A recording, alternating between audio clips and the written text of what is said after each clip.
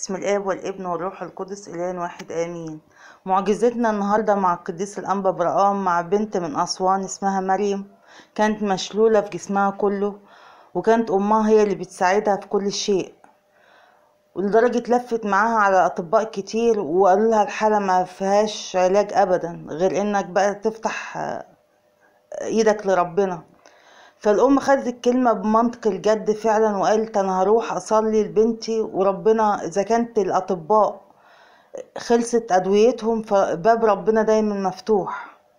وفعلا صممت إنها تزور الأديرة، وفعلا حجزت في دير ماري مينا، وهي ماشية لقت في الطريق دير الأنبا برقام، فقالت للسواق ودينا هناك، فقال لها احنا رايحين ماري مينا. قالت له لا، ادام فوتنا على الأنبا برقام نفوت عليه، يمكن تكون في ايده المعجزة. وفعلا خدت بنتها ودخلت الدير وسابتها قدام الجسد وهي امام المسبح تصلي وتعيط وتناجي ربنا، وفجأة باتوا وناموا هناك.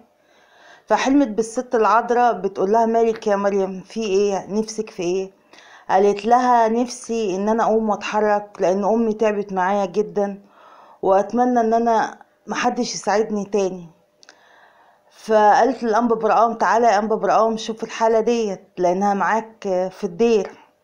راح الأنبا برقام مسك دراعاتها دلكها لها، ومسك على رجليها ومسكهم جامد كده، فحست بوجع جامد قوي.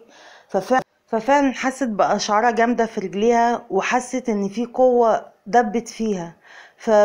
فصحيت الصبح لقيت نفسها قادرة تتحرك وتقوم وتقعد وتروح وتيجي. فصحت مامتها وفوجئت بالمنظر ده، وقالت لها ده العذراء أمنا العذراء مريم والأنبا برقام عملوا لي معجزة حلوة، وجم دعكولي جسمي وقمت ببركتهم وشفاعتهم.